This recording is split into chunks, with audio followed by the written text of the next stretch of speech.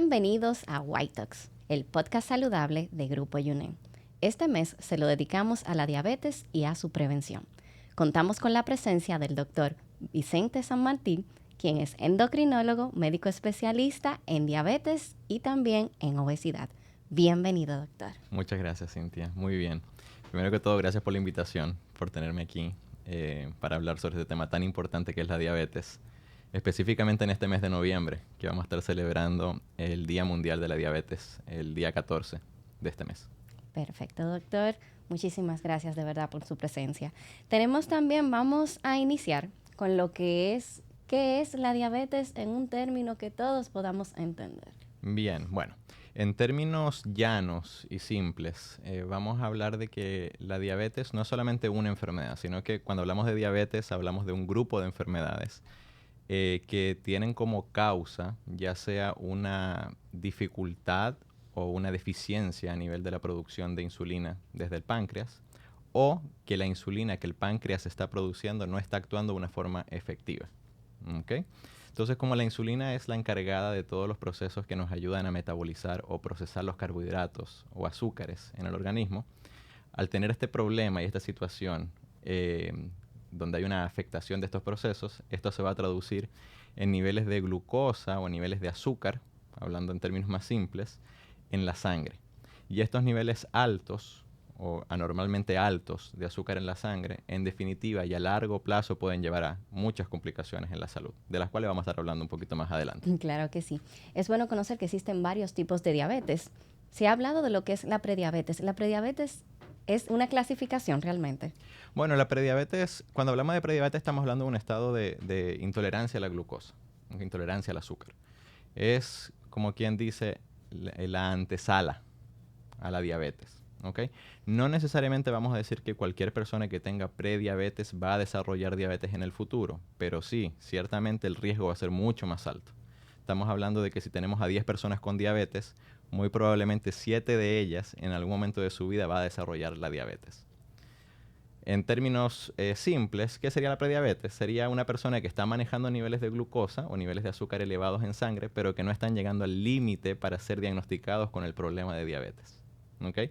Sí se sabe que a nivel de glucosa que maneja una persona con prediabetes pueden existir ciertos daños a órganos, pero ciertamente no son los daños tan avanzados que podemos ver en una persona que ya maneja niveles de glucosa por arriba de 126 en ayunas, que es uno de los factores o criterios diagnósticos para lo que sería una diabetes ya establecida. Entonces tenemos que, aparte de la prediabetes, ¿existe otros tipos de diabetes que serían la 1, 2 o cómo se están clasificando? Sí, ciertamente, existen diferentes tipos de diabetes. En términos generales siempre escuchamos de diabetes tipo 1 y diabetes tipo 2. Y ahí es que nos quedamos todos en lo más básico, ¿verdad? Pero para hablar un poquito de lo que sería 1 y 2 y luego adentrarnos un poquito en otros tipos de diabetes que son menos conocidas. Tenemos diabetes tipo 2, voy a empezar con la tipo 2 porque es la más común. Cuando vemos que una persona la diagnostican con diabetes, es muy probable de que la persona esté hablando de una diabetes tipo 2. ¿Okay? Esta es la diabetes que se ve mucho en adultos, es la diabetes que se ve mucho en las personas que padecen de obesidad. ¿Okay? Y es una diabetes que se produce no por la falta de producción de insulina en fases iniciales, sino que lo que está ocurriendo es que hay un estado de resistencia a la insulina. ¿Okay? La insulina que estamos produciendo no está funcionando bien. Y en definitiva, a largo plazo, eso puede llevar a un desgaste de lo que sean las células del páncreas que producen la insulina y luego entrar en un estado de deficiencia de insulina. Pero ya eso es en estado más avanzado. ¿Okay? Pero cuando hablamos de diabetes tipo 2, estamos hablando principalmente de resistencia a la acción de la insulina. ¿Okay? Y eso es importante diferenciarlo cuando hablamos entonces de diabetes tipo 1. Sí. Si hablamos de diabetes tipo 1, es una enfermedad completamente diferente en cuanto a sus causas, porque diabetes tipo 1 es una diabetes que usualmente afecta a personas jóvenes. ¿Okay? Es la diabetes que se manifiesta ya sea en la niñez, en la adolescencia o adultos jóvenes. ¿Okay? Esto no quiere decir que haya personas de edad avanzada que puedan también padecerla, pero es mucho menos común. ¿Okay?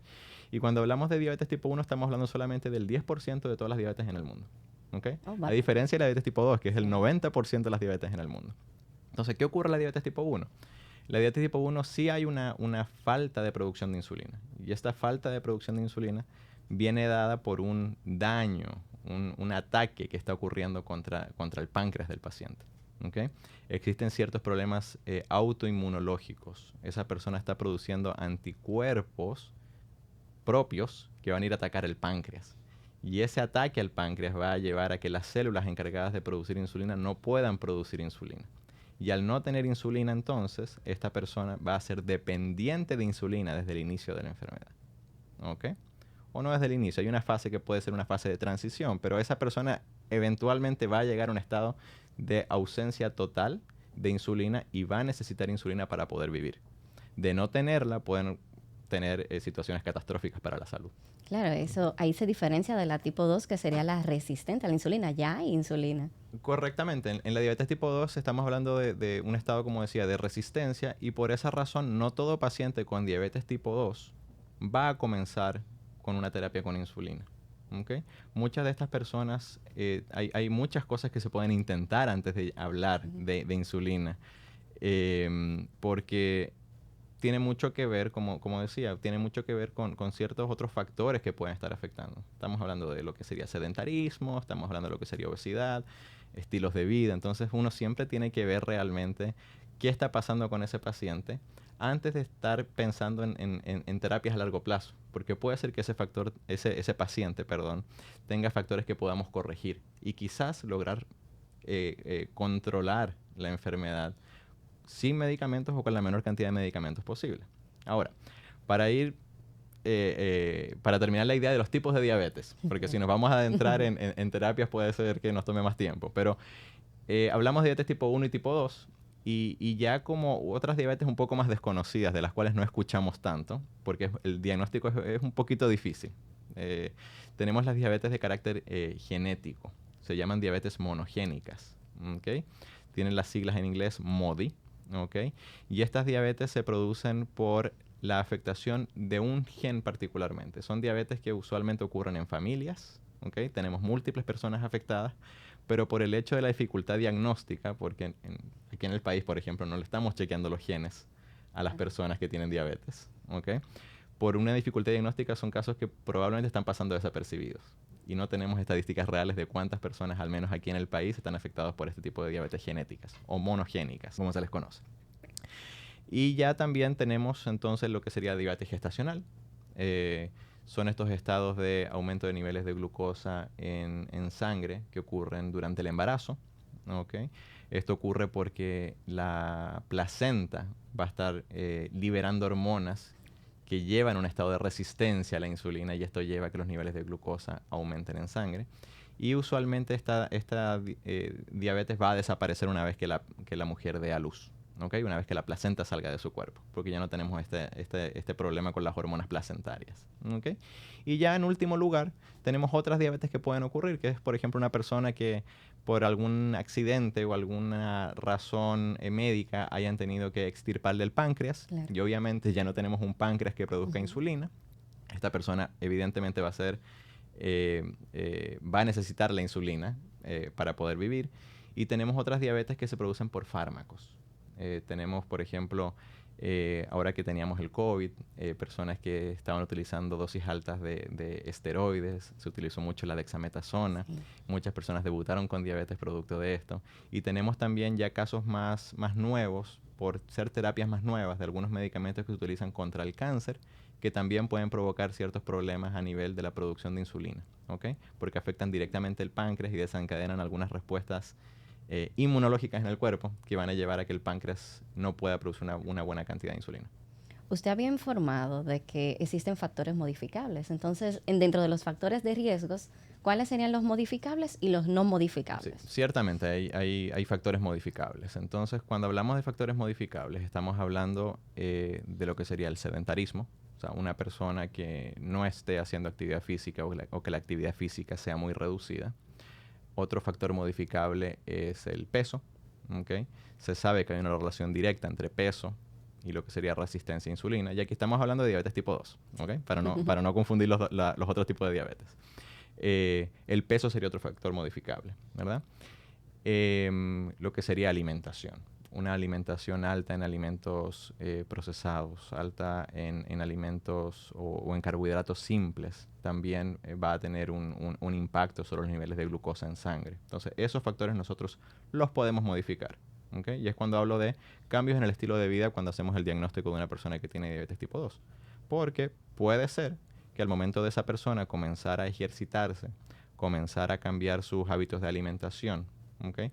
Esos niveles de glucosa vayan normalizándose, vayan mejorando, normalizándose y quizás esa persona no tenga que llegar a necesitar medicamentos. ¿Okay? Ahora, tenemos los factores no modificables, que esos ya son intrínsecos, los tenemos y lamentablemente no podemos lidiar con ellos porque nos sacamos la lotería y los tenemos ya en nuestro ADN, ¿verdad? En los factores no modificables, bueno, tenemos la edad. Se sabe que a mayor edad, mayor probabilidad de desarrollar diabetes. Hablamos de que el riesgo aumenta y tenemos que estar más pendientes de las personas sobre los 45 años. ¿Okay?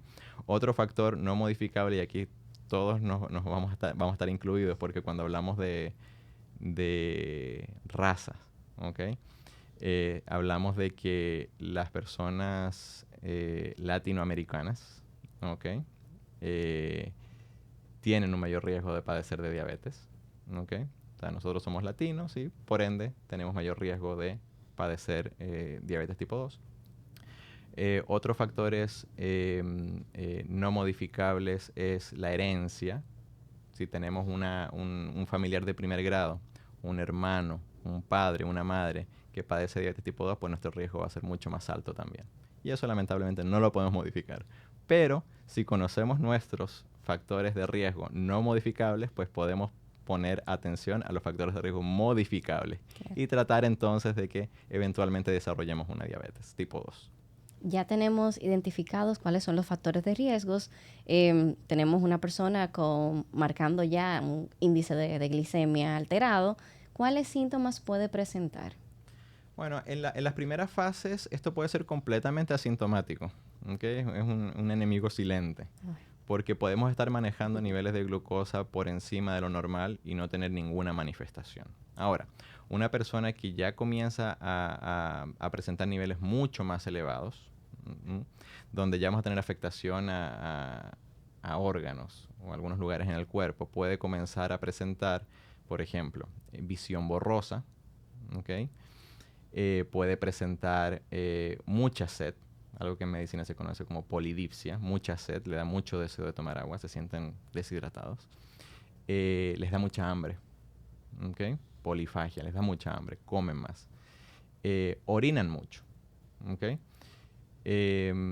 Y ya a nivel, por ejemplo, de hallazgos físicos, por ejemplo, una persona que esté en un estado de resistencia a insulina, ¿okay? No necesariamente que haya llegado a la diabetes, pero que nos da pistas de que esta persona puede tener algún tema metabólico importante que se esté desarrollando, está lo que es el engrosamiento de la piel. Y muchas veces vemos un oscurecimiento de la piel a nivel de lo que sería la parte posterior del cuello, a veces lo vemos en axilas, en ingles. Esto se conoce como acantosis nigricans, es el término médico, pero es cuando vemos una persona que dice, tengo el cuello oscuro, ¿qué significa esto? Y de una vez, yo como endocrinólogo pienso en que esa persona puede estar siendo afectada por este tema de resistencia a insulina, intolerancia a la glucosa, y es un paciente al cual debemos investigar. ¿Qué sería un llamado de atención, una alerta ante una persona con un síntoma? ¿Cuál síntoma sería de alerta? Bueno, síntomas de alerta como los que acabamos de describir, si son síntomas persistentes, en el cual una persona ha notado que su frecuencia de ir a orinar ha aumentado significativamente, o que no está pudiendo dormir porque está levantándose al baño 3 y 4 veces en la noche, esos son signos de alerta. Ahora, ya si esto avanza mucho más, y estamos en un estado de una diabetes que no se ha logrado diagnosticar y que esta persona ya está contando con niveles de glucosa sumamente elevados, pues ya es una persona que puede tener complicaciones mayores, ¿okay? Puede tener alteración en el estado de la conciencia, puede tener estados de deshidratación extrema, y esos estados de deshidratación extrema llevar a complicaciones, por ejemplo, a nivel renal. Y esto obviamente son casos que son mucho más avanzados, que quizás no se diagnosticaron a tiempo, pero la clave está en ir detectando los síntomas que son más sutiles para poder actuar a tiempo y hacer un diagnóstico oportuno. Para el diagnóstico que utilizamos, aparte de una toma de glicemia, Para el diagnóstico podemos utilizar diferentes estrategias. Podemos utilizar, bueno, como bien decías, la toma de glicemia. Hacemos una toma de glicemia en ayunas. ¿Okay? Tenemos ciertos parámetros establecidos para saber quién representa un paciente con niveles de glicemia en rango de diabetes o prediabetes o un rango de glicemia normal. Tenemos una prueba que también se llama la hemoglobina glicosilada, que se utiliza mucho, probablemente es de las pruebas más utilizadas para el diagnóstico, que nos da una idea de cómo se han comportado esos niveles de azúcar en los últimos 3 meses de esa persona. ¿Okay? Y por último tenemos una tercera prueba que aquí en el país se utiliza mucho, que es la prueba de tolerancia a la glucosa, que es esa prueba que hacemos cuando la persona va al laboratorio, le miden una glicemia en ayunas, luego le dan una carga de glucosa y le van midiendo los niveles de glucosa en horas posteriores. ¿Okay? Si vemos que los niveles de glucosa, ya sea en ayunas, el nivel basal, o luego de esa ingesta de glucosa están alterados o están elevados, pues ya esos constituyen criterios para poder diagnosticar una diabetes. Tengo vamos a decir, una duda. ¿Qué relación tiene la obesidad y la diabetes? ¿Van de la mano? Van de la mano. Diabetes tipo 2 y obesidad van de la mano. Hay una relación directa. Lo que ocurre con lo que es la obesidad es que una persona que tiene obesidad va a tener probablemente mayor resistencia a lo que es a la acción de la insulina. Esa insulina que el páncreas está produciendo es más difícil de que pueda actuar de una manera favorable, de una manera adecuada.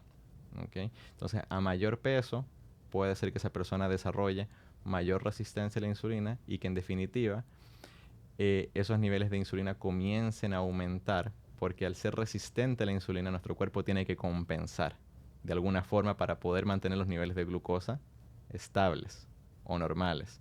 Y eso el cuerpo lo trata de conseguir produciendo más insulina. Entonces, al producir más insulina, entramos en un ciclo y es como, ¿qué pasó primero? ¿Qué vino primero, el huevo o la gallina? ¿Okay? ¿Es la obesidad llevando resistencia a insulina o es la resistencia a insulina promoviendo lo que es el aumento de peso? ¿Okay? Y es una relación bidireccional. Entonces, ciertamente una persona que tiene resistencia a la insulina va a tener mayor dificultad para perder peso. Entonces, esto va a perpetuar el problema. Y si no actuamos y no tratamos de quebrar ese ciclo en el cual nos hemos metido, pues vamos a estar lidiando con dos problemas, la obesidad y la diabetes. Correcto. Ahora vamos a derribar un mito. Sí. Si la persona está controlada de diabetes, ¿la enfermedad se cura en su totalidad? Bueno, la diabetes sabemos que la diabetes puede entrar en remisión. ¿Okay? Nosotros podemos lograr un control de la diabetes tipo 2. La diabetes tipo 1 es otra historia. La diabetes tipo 1 hablamos de que era esta diabetes autoinmune, donde ya hay una destrucción del páncreas y bueno, una persona pudiese ir a un trasplante de páncreas, pero con inmunosupresión de por vida. Ya eso es otra historia. Pero hablando de diabetes tipo 2, sí, que es la más común, sí puede la diabetes tipo 2 entrar en remisión. Una persona que tenga buen control y que mantenga sus niveles de glucosa normales o por debajo del rango de diabetes, ¿okay? Sin medicamentos por más de 3 meses, podemos considerarla como una persona que ha entrado en remisión y que puede eventualmente mantenerse sin el uso de medicamentos, obviamente manteniendo estilos de vida saludables. También tenemos la diabetes tipo 2 y el riesgo cardiovascular. ¿Qué asociación, qué relación existe entre ellos? Bueno, una persona que tiene diabetes tipo 2 tiene el doble de posibilidades de tener enfermedad cardiovascular. Hay una relación muy directa también con lo que son los problemas de corazón. La diabetes genera un estado proinflamatorio, hay mucha inflamación en el cuerpo y esta inflamación puede llevar a lo que es la aterosclerosis o la formación de placa en las arterias. ¿Okay? Asimismo, una persona que tiene diabetes también tiene un riesgo mayor, por ejemplo, de desarrollar arritmias cardíacas. Tiene un mayor riesgo de desarrollar falla cardíaca. Entonces hay una relación muy directa entre una persona que tiene diabetes y todas las patologías cardiovasculares. Es por esto que ya el enfoque de la diabetes no es tanto un enfoque como lo hacíamos antes, que era un enfoque glucocéntrico, donde simplemente nos interesaba bajar el nivel de azúcar. Estábamos centrándonos solamente en la glucosa, el valor de la glucosa. Y las intervenciones que hacíamos era para bajar el nivel de glucosa y ver en un papel, un numerito que estuviese bien. Pero ya no, ya lo estamos englobando de otra forma. Y cuando hacemos elecciones de terapia, por ejemplo, tratamos ya, en la medida que sea posible, tomando en cuenta muchos factores, acceso a medicamentos, costos y demás, tratamos de que las terapias que estamos ofreciendo a los pacientes tengan cierto grado o beneficios cardiovasculares. ¿Okay? Que no solamente me ayuda a tratar la diabetes, sino que también me disminuye el riesgo de que esa persona con diabetes tenga un evento cardiovascular o cerebrovascular, cuando hablamos también de accidentes cerebrovasculares o isquemias cerebrales, como le llamamos de forma más común. Una persona que esté descompensada, que no esté llevando un tratamiento adecuado, ¿cuáles serían las consecuencias o complicaciones? Bueno, una persona que esté descompensada, donde los niveles de glucosa no lo hemos podido controlar, puede ir teniendo complicaciones a largo plazo, ¿ok? Y cuando hablamos de las complicaciones relacionadas con la diabetes que no se ha logrado controlar, las diferenciamos en dos grupos. Tenemos complicaciones micro y complicaciones macro, microvasculares y macrovasculares. ¿Okay? Yo sé que es un término médico, pero voy a explicar un poquito más en términos un poquito más simples. Cuando hablamos de complicaciones microvasculares, estamos hablando de los pequeños vasitos sanguíneos que están dando la sangre, la irrigación sanguínea, a los ojos, a los riñones, a los nervios. ¿Okay? Y si esos pequeños vasitos se van afectando, entonces no tenemos una buena oxigenación, ni a los ojos, ni a los nervios, ni a los riñones. Y son estas personas que en definitiva pueden tener afectación a nivel de la retina, en el ojo, que pueden tener afectación a nivel del riñón y entrar en insuficiencia renal o que el riñón no pueda filtrar bien, y personas que pueden desarrollar algo que conocemos como neuropatía diabética, que son esas personas que tienen diabetes que comienzan con problemas en la sensibilidad de, por ejemplo, sus extremidades, o dolor en las extremidades porque no hay una buena conducción nerviosa y las señales nerviosas están afectadas. ¿Okay? Eso se conoce como microvasculares. Ahora, tenemos otras complicaciones que son las macro, y es lo que hablábamos también que va de la mano de lo que sería la enfermedad cardiovascular. Macrovascular ya son estos vasos sanguíneos, estas arterias de mayor calibre, de mayor tamaño, que están en el corazón, que están en la periferia de nuestro cuerpo, enfermedad arterial periférica, la enfermedad cardiovascular como tal. Y también tenemos lo que sería como complicación macrovascular, todo lo que tiene que ver con la vasculatura del cerebro. Y aquí entramos entonces en los accidentes cerebrovasculares también. Se conoce del pie diabético, que es una de las afecciones, vamos, complicaciones más conocidas. ¿Qué es? ¿A qué le llamamos? Bueno, el pie diabético puede ocurrir, mejor dicho, en una persona que tiene una diabetes descontrolada o que estuvo descontrolada en el pasado y que eso llevó a afecciones en los órganos. ¿Sería ¿Okay? la diabetes tipo 2? Diabetes tipo 2 principalmente, aunque se puede ver en diabetes tipo 1 también. ¿Okay? Lo que ocurre es que si esta persona ha tenido una afectación de lo que es la sensibilidad de los pies, por ejemplo, ¿okay? Puede ser que esa persona tenga un pequeño accidente, una pequeña laceración en el pie y que por los problemas de sensibilidad no sienta, no se dé cuenta de que hay algo, de que hay una herida abierta. Y producto del mismo ambiente propicio para que una enfermedad o para que un problema avance, estamos hablando del pie, donde estamos con un calzado, es un ambiente húmedo, ¿verdad?